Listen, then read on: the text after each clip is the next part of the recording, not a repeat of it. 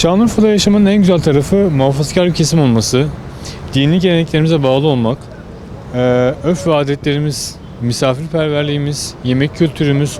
Şanlıurfa'da birçok şey söyleyebilirim ama en güzel kelime Şanlıurfa anlatılmaz, yaşanılacak bir şehir diyelim. Mehmet Kasım Gülpınar derim siyasi olarak.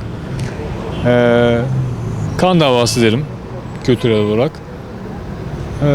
Ve zihniyetin değişmesini isterim biraz. Öncelikle ulusal olaraktan Recep Tayyip Erdoğan'a çok teşekkür ederim kendisine, ülkemiz adına.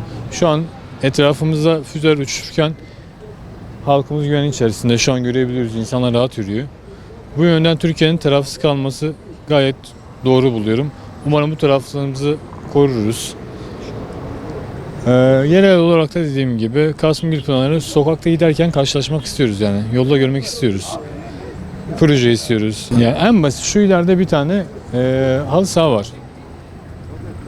Basketbol sahası var yanında. Buranın üstü kapanamıyor. Urfa'nın sıcağını hepimiz biliyoruz.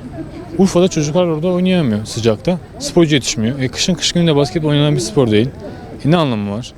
Birbirlerine topu atıyorlar. Orası diyor ki Büyükşehir'e ait. Büyükşehir diyor ki Halil'e ait. Halil'e diyor ki Nova'nın kendi sistemine ait. Yani biz siyasette hepsini gördüğümüzde söz de alıyoruz ama o sözler yerine gelmiyor. Yani ben Şanlıurfa'nın akıbetini kötü görüyorum. Az önce söylemiş olduğum, memnun olduğum muhafazakar kesimin Urfa'da yok olduğunu artık görüyorum. Alkollü mekan sayısının arttığını görüyorum. İnsanların tabii kendi inançları ama giyim kuşamlarını yaparken bizim örf ve geleneğimize saygı duymadıklarını görüyorum. Neslin bozulması olaraktan Urfa'da fazla bir yozlaşma olacağını görüyorum ben. Hocam yemekleri çok güzel mesela. Yemekleri konusundan en azından. Hani insanlar konusundan kalmak taraftarı biz de değiliz. Tarihi esnasından da çok güçlü bir memleketteyiz. Yani tarih konusunda Hazreti Eyüp ve Hazreti İbrahim konusunda mesela. Mesela gezilecek çok turistik yerlerimiz de var. Hocam en basiti insanları olur mesela. Çünkü kafa yapıları çok değişik bir tarihteyiz. Yani çok eskide kalmış çağda olarak hala davranıyoruz biz.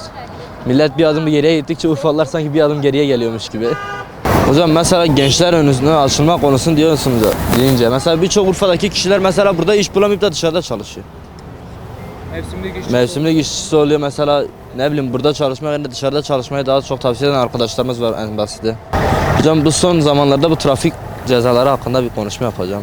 Her şeyi yasak etmişler. Oldu olacak arabaları kaldıralım. Ses sistemindendir, efendime söyleyeyim, plakadandır. Hiç bilmeyelim. Yani en basiti bir zevki o var. O da olmayacaksa arabaya binmek gibi bir konusu olmasın hiç. Yani bu gidişat değil. Böyle giderse tam dillere düşülecek bir şehir oluruz. Urfa yemekleri güzel. Tarih konusunda da bayağı zengin bir şehir Urfa. Onun dışında çok da beni çeken bir şey yok ya.